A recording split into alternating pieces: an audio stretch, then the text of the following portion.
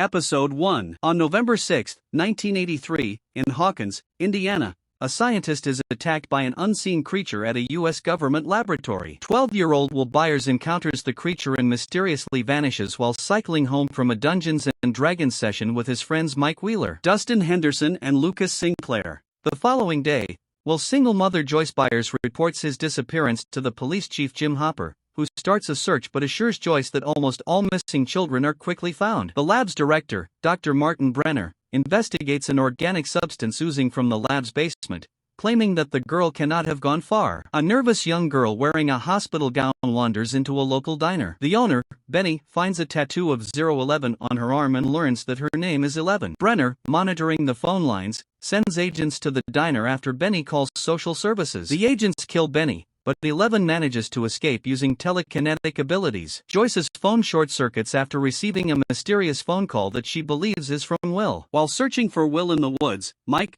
Dustin, and Lucas come across 11. Episode 2. The boys bring 11 to Mike's house, where they disagree on what to do. Mike formulates a plan for 11 to pretend to be a runaway and seek help from his mother, Karen. 11 refuses, however, revealing that bad men are after her. Will's brother Jonathan visits his estranged father Lonnie in Indianapolis to search for Will, but Lonnie rebuffs him. Hopper's search party discovers a scrap of hospital gown near the lab. After recognizing Will in a photograph and demonstrating her telekinesis, 11 convinces the boys to trust her, as they believe she can find Will. Using the Dungeons & Dragons board, 11 indicates that Will is on the upside-down side of the board and is being hunted by the Demogorgon, the creature. Mike's sister Nancy and her friend Barbara Barb Holland go to a party with Nancy's boyfriend Steve Harrington. Searching for Will near Steve's house, Jonathan secretly photographs the party. Joyce receives another call from Will, hears music playing from his stereo, and sees a creature coming through the wall. Left alone by the swimming pool,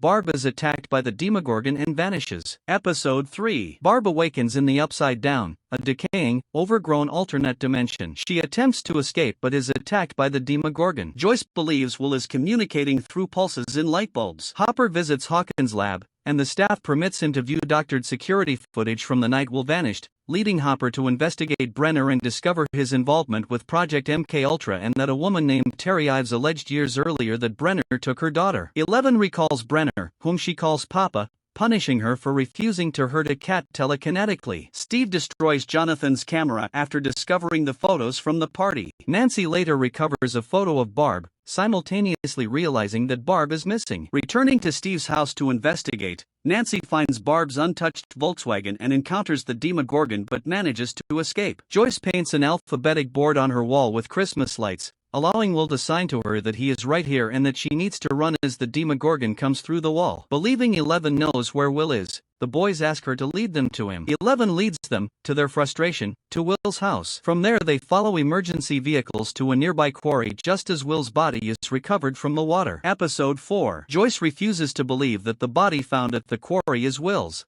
Mike feels betrayed by 11 until she proves that Will is still alive, channeling his voice through Mike's walkie-talkie. The boys theorize that 11 could use a ham radio at their school to communicate with Will. Nancy tells the police about Barb's disappearance. She later fights with Steve, who only cares about not getting in trouble with his father. Hopper confronts the state trooper who found it and beats him until he admits he was ordered to lie. The boys sneak 11 into their school to use the radio, while Joyce hears Will's voice through her living room wall. Tearing away the wallpaper, she sees him. 11 uses the radio to channel Will talking to his mother. Hopper goes to the morgue and finds that the body is a fake, and, suspecting that Brenner is responsible, breaks into the lab. Episode 5. Hopper searches the lab before being knocked out by the lab's guards. The boys ask their science teacher, Mr. Clark, if it would be possible to travel between alternate dimensions, to which he answers that there could be a theoretical gate between dimensions. Hopper awakens at his house and finds a hidden microphone, realizing that Joyce was right the whole time. The boys follow their compasses, searching for a gate that could disrupt the Earth's electromagnetic field. Fearing another encounter with the Demogorgon, 11 redirects the compasses. Lucas misinterprets this as an act of betrayal,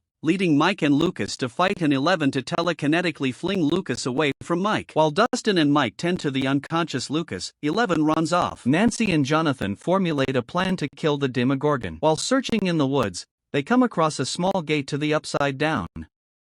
Nancy crawls through it but inadvertently draws the Demogorgon's attention. Jonathan unsuccessfully tries to look for Nancy, as the gate to the Upside Down begins to close. Episode 6. Jonathan pulls Nancy back through the gate. That night, Nancy is afraid to be alone and asks Jonathan to stay in her bedroom. Steve, attempting to reconcile with Nancy, sees them together through her bedroom window and assumes they are dating. Joyce and Hopper track down Terry Ives, who is catatonic and tended by her sister Becky. Becky explains that Terry was a Project MKUltra participant while unknowingly pregnant and that Terry believes Brenner kidnapped her daughter Jane at birth due to her supposed telekinetic and telepathic abilities. Nancy and Jonathan stockpile weapons to kill the Demogorgon, theorizing that it is attracted by blood. Steve gets into a fistfight with Jonathan after he insults Will and calls Nancy a slut.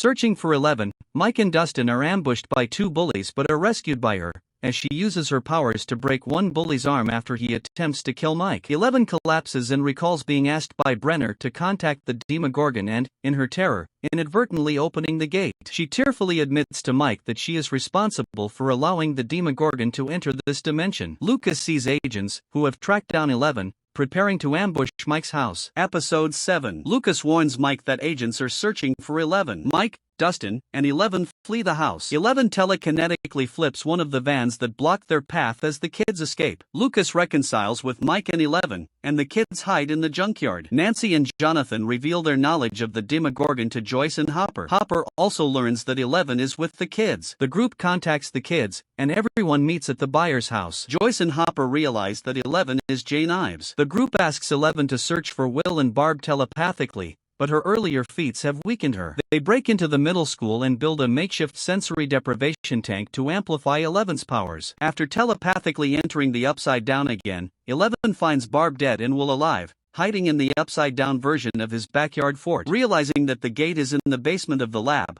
Hopper and Joyce break into the lab and are apprehended by security guards. Nancy and Jonathan sneak into the police station to retrieve the weapons they purchased previously. Episode 8. Hopper, haunted by the death of his daughter Sarah from cancer years earlier, gives up 11's location to Brenner, who in exchange allows Hopper and Joyce to enter the Upside Down to rescue Will. Nancy and Jonathan cut their hands to attract the Demogorgon at the Byers' house. Steve, intending to apologize to Jonathan about their fight, arrives just as the Demogorgon appears. Steve, Nancy, and Jonathan fight the Demogorgon and light it on fire, forcing it to retreat to the Upside Down. Meanwhile, 11 and the boys hide in the middle school when Brenner and his agents arrive to kidnap 11. She kills most of them before collapsing from exhaustion. As Brenner and his remaining agents pin 11 and the boys down, the Demogorgon appears, attracted by the dead agent's blood, and attacks Brenner and the remaining agents as the boys escape with 11. Hopper and Joyce enter the Upside Down's version of the Hawkins library, where they encounter several corpses of the Demogorgon's victims, including Barb,